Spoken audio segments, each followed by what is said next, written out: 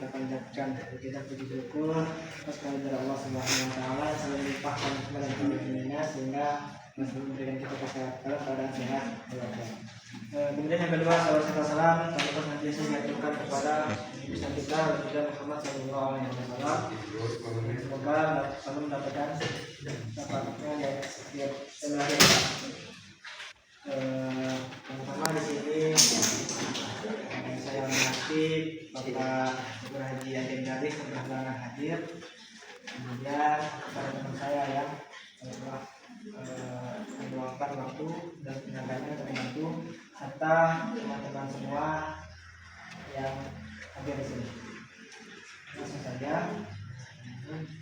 Assalamualaikum warahmatullahi wabarakatuh. Waalaikumsalam warahmatullahi wabarakatuh. Apa kabar anak-anak semua? Alhamdulillah. Semangat untuk belajar ya. Masih sedikit. Untuk mengawali belajar kita hari ini, ada baiknya sama-sama marilah kita berdoa. Mungkin kepada ketua kelas boleh dipimpin untuk berdoa. Mungkin kepada Fadilah. Tentu mulai pembelajaran, habisnya kita berdoa, doa dimulai.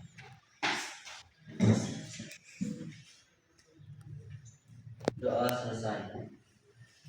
Baik, sebelumnya untuk absen dulu ya. Untuk hari ini siapa yang tidak hadir? Fala. Sama Noval. Fala. Ya, Fala. Noval kemana Noval? Alpa. Noval kemana? Apa tidak hadir Fala? Fala. Sakit kok. Boleh kita tolong yang laki satu maju ke depan, angkat maju sedikit.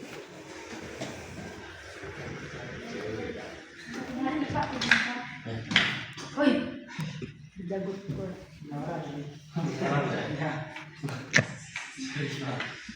Anu kayak belum. Kebel. Jangan kebel.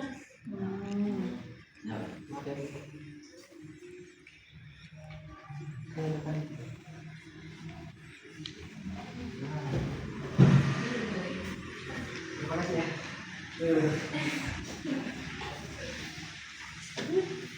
Baik. Pembelajaran kita kali ini itu tentang berkaitan dengan fikih, ya, termasuk ke dalam bab 4 dan bab 5. Baik, sebelumnya kita sudah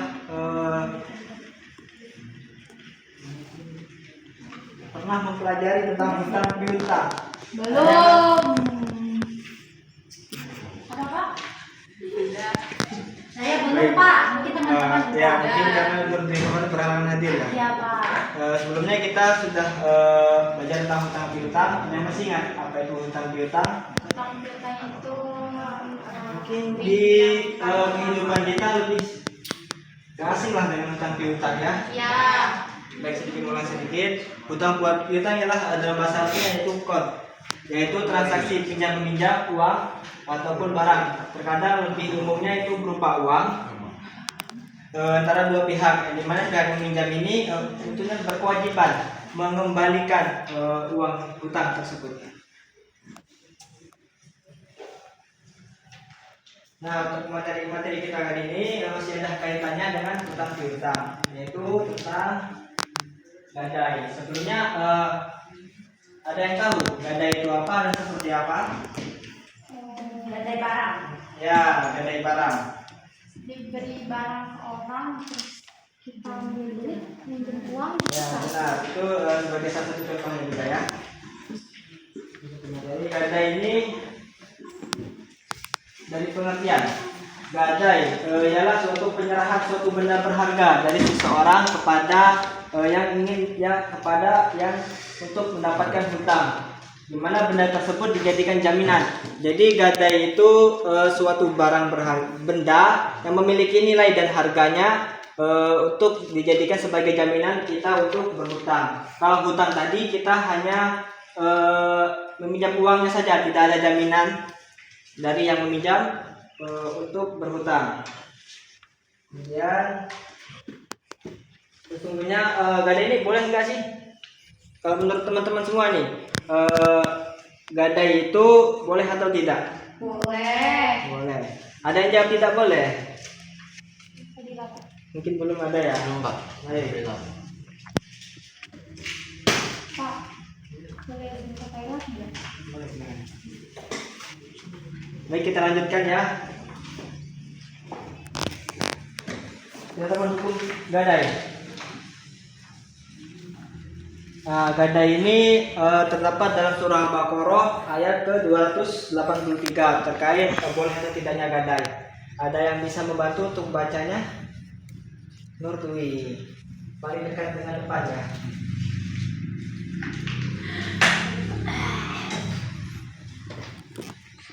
Yang ini ya Pak? Nah, iya. A'udzubillahiminasyaitonirrajim. Bismillahirrahmanirrahim. Allah. Wa in kuntum ala safarin Allah. وإن كنتم على سفر ولم تجدوا كاتبا فرهان مقبوضة فإن أمن بعضكم بعضا فليؤدي الذي اؤتمن أمانته وليتق الله ربه ولا تكتموا الشهادة ومن يكتمها فإنه آثم قلبه والله بما تعملون عليم. Sadaqallahul azim. Baik.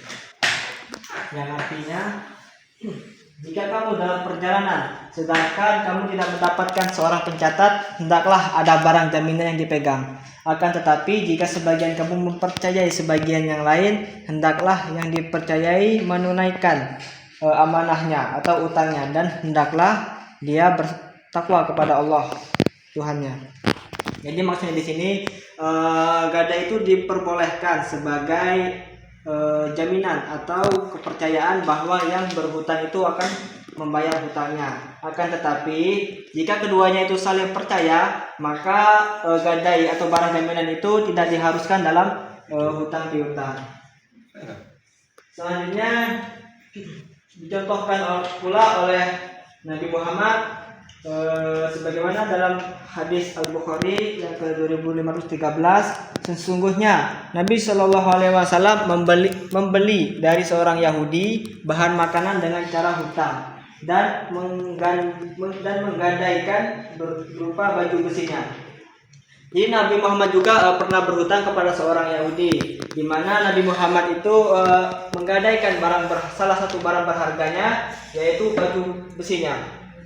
Jadi jika menurut dalil yang sudah dijelaskan tadi, gadai itu diperbolehkan ya. Lalu apa sih tujuan kita belajar tentang gadai ini?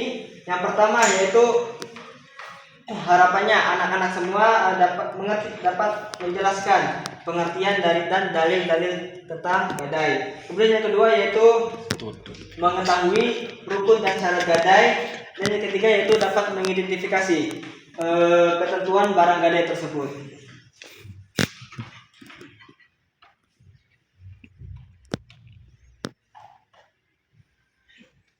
Lalu sebagai contoh, misalnya sebut saja Ali meminjam uang sebesar 2 juta kepada temannya Zaid. Sebagai jaminan, Ali ini menyerahkan sepeda motornya kepada Zaid. Jadi misalnya nih, Fadilah nih ingin meminjam hutang kepada Julpandi. Nah, akan tetapi Julpandi ini khawatirnya Fadilah itu tidak telat membayarnya, atau misalnya takut Fadilahnya hilang. Jadi Julpandi ini menginginkan jaminan, dan yang jaminan yang diberikan oleh Fadilah ini berupa sepeda motornya. Begitulah contohnya. Nah, di sini saya minta teman-teman semua bisa menjawab pertanyaan yang ditampilkan. Kelihatan tidak? Tidak, saya sebutkan saja ya. Jadi pertanyaannya ini semuanya mencari jawabannya ya. Iya. Pertanyaannya ini, bagaimana pendapatmu jika seseorang yang menggadaikan barangnya, lalu penerima gadai menggunakan barang itu tanpa izin, sah atau tidak, dan jelaskan alasannya. Ini kalau satu tulis atau lisan Pak? Kalau bisa langsung, kalau bisa langsung nggak apa-apa. Kalau ditulis. Saya mau jawab Pak. Tunggu semuanya dulu sih ya. Oke. Nanti dipanggil satu persatu. Siap. Baik, pertanyaannya itu saya ulangi ya. Ya. Bagaimana pendapatmu jika seseorang menggadaikan barangnya, lalu penerima gadai menggunakan barang itu tanpa izin? Pertanyaannya itu sah atau tidak dan alasannya. Jadi misalnya seperti kasus tadi tuh, Ali ini kan meminjamkan uang, Ali ini meminjam uang kepada Zaid dan menggadaikan motornya. Motornya tersebut dipakai oleh Zaid. Yang pertanyaannya itu sah atau tidak dan alasannya. Iya. Contohnya nggak usah. Satu dan alasannya saja.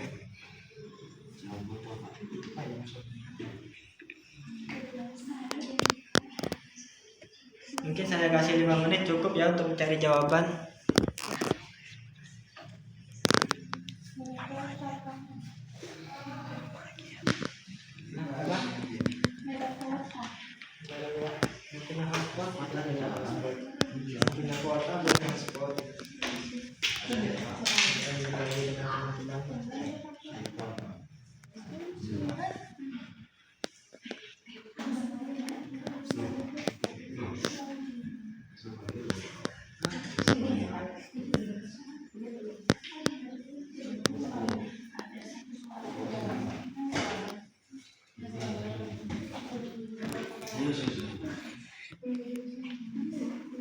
Gimana? Ada kesulitan? Selesai semuanya?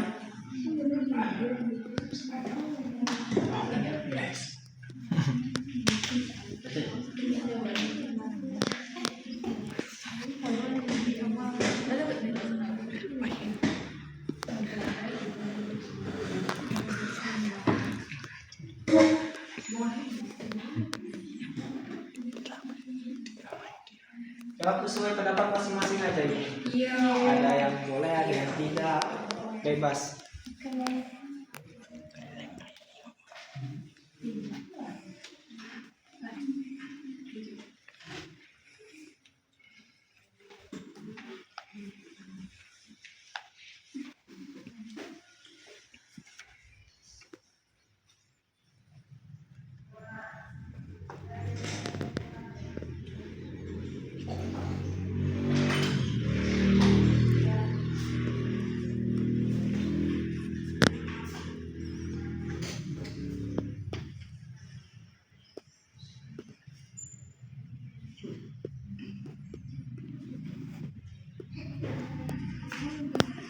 Sudah selesai semuanya? Sudah Pak. Belum. Sudah Pak. Ada belum? Sudah selesai. Ya. Jul, yang bangku kosong diisi ya.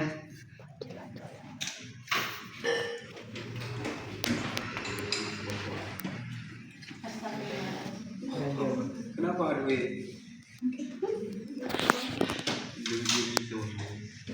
Tidak perlu panjang-panjang, singkat saja untuk mudah dipahami. Singkat, padat.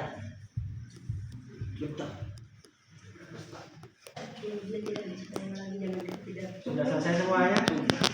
Nah, jawaban tersebut kalian diskusikan dengan teman di samping Anda, teman di samping kalian. Nah, ya diskusikan.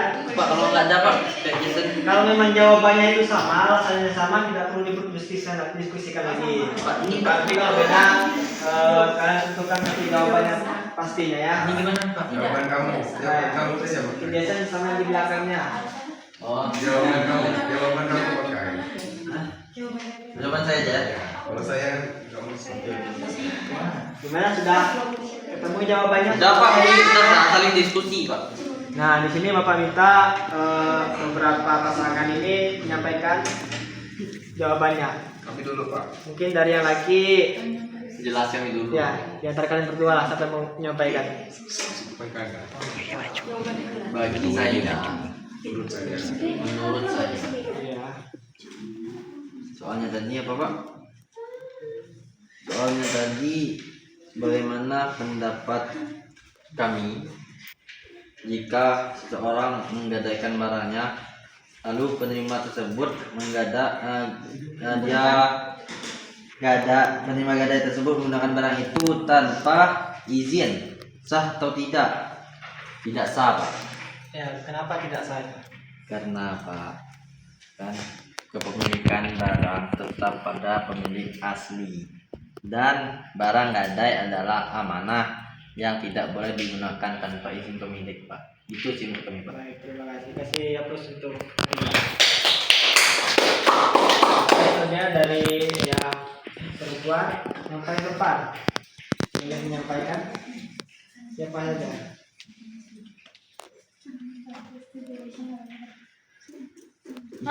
Baiklah, kami akan menyampaikan jawaban dari kami. Sama juga tidak setuju dikarenakan tindakan penerima gadai menggunakan barang tanpa izin adalah kami jawab tidak setuju. Karena alasannya karena barang tersebut masih milik si pemberi gadai. Dan penerima gadai hanya memiliki hak untuk menahan barang sebagai jaminan, bukan untuk menggunakannya. Penggunaan tanpa izin dapat melanggar perjanjian gadai dan dapat dianggap sebagai penyalahgunaan barang. Sudah pas? Baik, terima kasih. Ada yang menjawab? Boleh. Ya, coba sampaikan alasannya kenapa boleh. Akhirnya tetap sah, namun tindakan penerima gadai ini tidak bisa digunakan karena tidak sesuai dengan syariat dan juga dia berdosa karena telah melanggar amanah. Baik, terima kasih. Jawabannya bagus semua dan benar ya. Baik, setelah kita mengetahui pengertiannya, pengertian gadai itu ialah barang jaminan. Sebagaimana ada dalil-dalilnya dalam surah Al-Baqarah dan juga hadis Nabi. Selanjutnya kita beralih ke syarat dan rukun gadai. Yang untuk menjawab pertanyaan tadi kita harus mengetahui syarat-syarat dan rukunnya. Yang pertama, syarat untuk gadai itu untuk baligh. Baligh itu sudah dewasa, sudah mengetahui mana yang salah dan mana benar. Dan kemudian yang kedua itu berakal, dan ketiga rusyid. Rusyid ini yaitu seseorang itu beraktivitas. Maksudnya misalnya seperti memiliki pekerjaan atau kegiatan untuk menggadaikan barang. Kemudian yang kedua yaitu barang gadai itu milik pribadi, berharga dan jelas. Milik pribadi, bukan milik orang lain. Kemudian yang kedua itu berharga. Maksudnya berharga di sini ada nilainya. Seperti contohnya tadi yang sepeda motor, adapun lainnya misalnya sertifikat atau barang yang berharga lainnya. Dan yang ketiga itu jelas, barangnya itu ada dan nyata. Kemudian syarat yang ketiga itu hutang itu tetap menjadi wajib dibayar. Selanjutnya rukun gadai yang pertama yaitu sigat, yaitu ijab dan qabul. Contohnya misalnya seperti contoh tadi, Ali itu ingin berhutang kepada si Zaid. Adanya suatu ijab bahwa dia ingin berhutang dengan jaminan sepeda motor. Nah, yang si Zaid tadi menerimanya dengan kalau dia memang terima yaitu namanya qabul, penerimaan barang jaminan tersebut.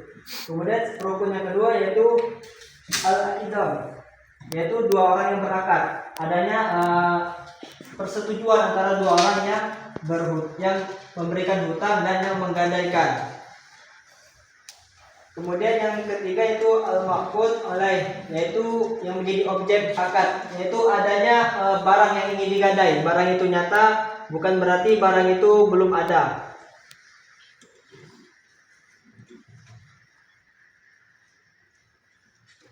Nah, setelah kita mengenai pengertiannya, ketetapan hukumnya, contoh dan juga syarat dan rukun gadai, yang terakhir yaitu ketentuan umum tentang barang gadai.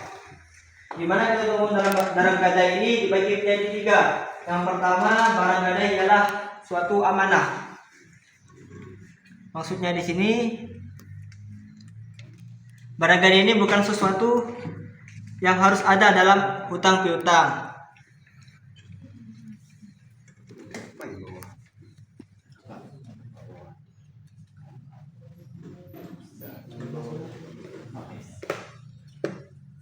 Maksudnya barang gadai itu amanah. Barang gadai itu memang bukan dalam hutang piutang barang gadai memang tidak diharuskan. Akan tetapi dalam hal ini barang gadai itu menjadi penjamin untuk berhutang.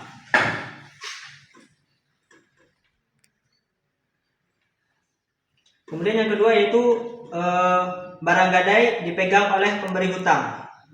Barang gadai tersebut berada di tangan yang memberikan hutang selama masa perjanjian gadai. Jadi setelah adanya akad dan perjanjian untuk hutang dan gadai tersebut, barang tersebut dipegang oleh yang memberikan hutang.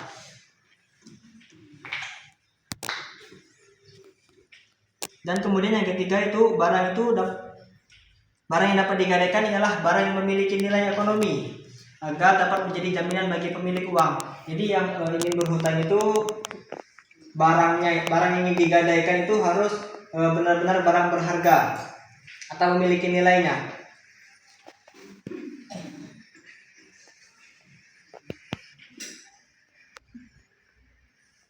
Nah, jadi mungkin pembelajaran kita tentang materi gadai cukup sampai sini dulu, dimana tadi yang sudah dijelaskan tentang pengertiannya, ketentuan hukumnya, contoh, syarat dan rukun, dan juga ketentuan umum barang gadai. Nah, di sini saya ingin memberikan tugas individu buat teman-teman semua terkait materi kita hari ini.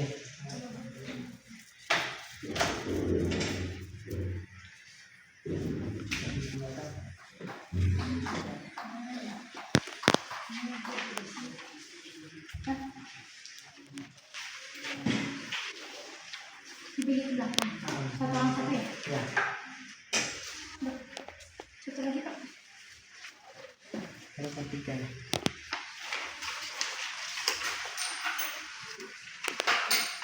Spesial tuh, spesial. Banyaknya apa? Nah, itu boleh dikerjakan. Saya kasih waktu 3 menit lah ya.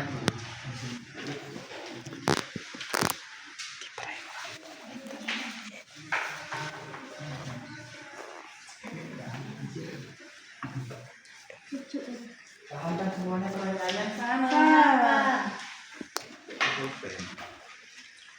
Waduh.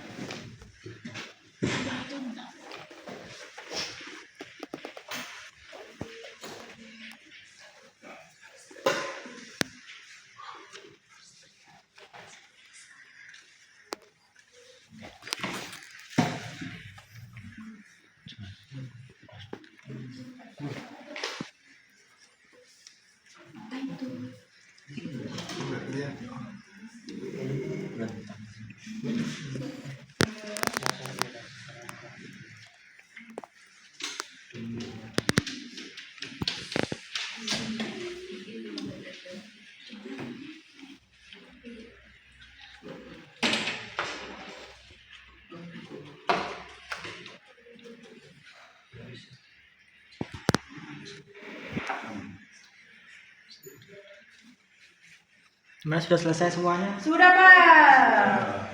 Baik. Nah, nanti terakhir dikumpulkan ya nanti pas pelajaran selesai. Nah, terkait pertanyaan tadi, bagaimana pendapatmu jika seseorang yang menggadaikan barang lalu penerima gadai menggunakan barang? Nah, jadi kalau kita menggunakan barang gadai tersebut boleh atau tidak? Tidak. Menggunakan barang gadai. Tidak. Boleh kalau di sini. Berdasarkan syarat dan rukun tadi, barang gadai itu ialah amanah. Jadi barang gadai itu tidak boleh kita gunakan kecuali adanya izin dari yang menggadaikannya. Misalnya dalam akadnya tersebut, dalam akad di awal tadi yang menggadaikan barang mengizinkan barangnya dipakai, maka diperbolehkan. Tetapi kalau memang tidak ada akad terkait penggunaan barang gadai tersebut, maka barang gadai tersebut tidak boleh kita gunakan. Dan jika memang rusak, kita wajib untuk menggantinya. Nah, mungkin cukup sampai sini pembelajaran kita. Di akhir kesimpulan,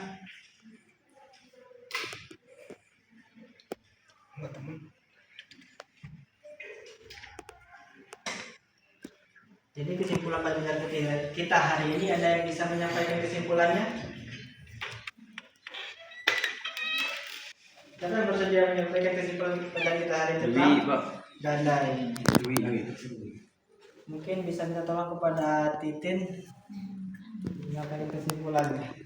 Jadi kesimpulan pembelajaran kita hari ini tentang gadai atau itu gadai itu adalah akad menahan barang yang bernilai sebagai jaminan atas hutang agar pemerintah merasa aman hingga utang dilunasi. Nah, hukum dari gadai itu adalah mubah atau boleh dalam Islam. Nah, rukun gadai itu ada beberapa. Yang pertama ada penggadainya, kemudian ada penerima gadai, juga ada barang yang digadai pastinya, kemudian itu masuk ke utang, serta ada akad. Nah, syarat dari gadai sendiri itu yang pertama harus syarat dari barang yang digadaikan itu harus barang yang bernilai, kemudian halal, dan juga milik sah si penggadai dan dapat dijadikan jaminan. Kemudian barang gadai juga termasuk amanah sehingga tidak boleh digunakan oleh murtahin atau penerima gadai tanpa izin rahin atau penggadai. Nah, umumnya barang disimpan oleh penerima gadai kecuali disepakati lain. Gitu. Baik, terima kasih Titin. Sampai sini ada yang ingin ditanyakan terkait materi kita hari ini? Ya, aman. Jika tidak ada, mungkin kita selesaikan pembelajaran kita hari ini tentang materi gadai. Apabila terdapat salah kata yang saya sampaikan, saya mohon maaf. Kalau saya mohon ampun. Assalamualaikum warahmatullahi wabarakatuh. Waalaikumsalam warahmatullahi wabarakatuh.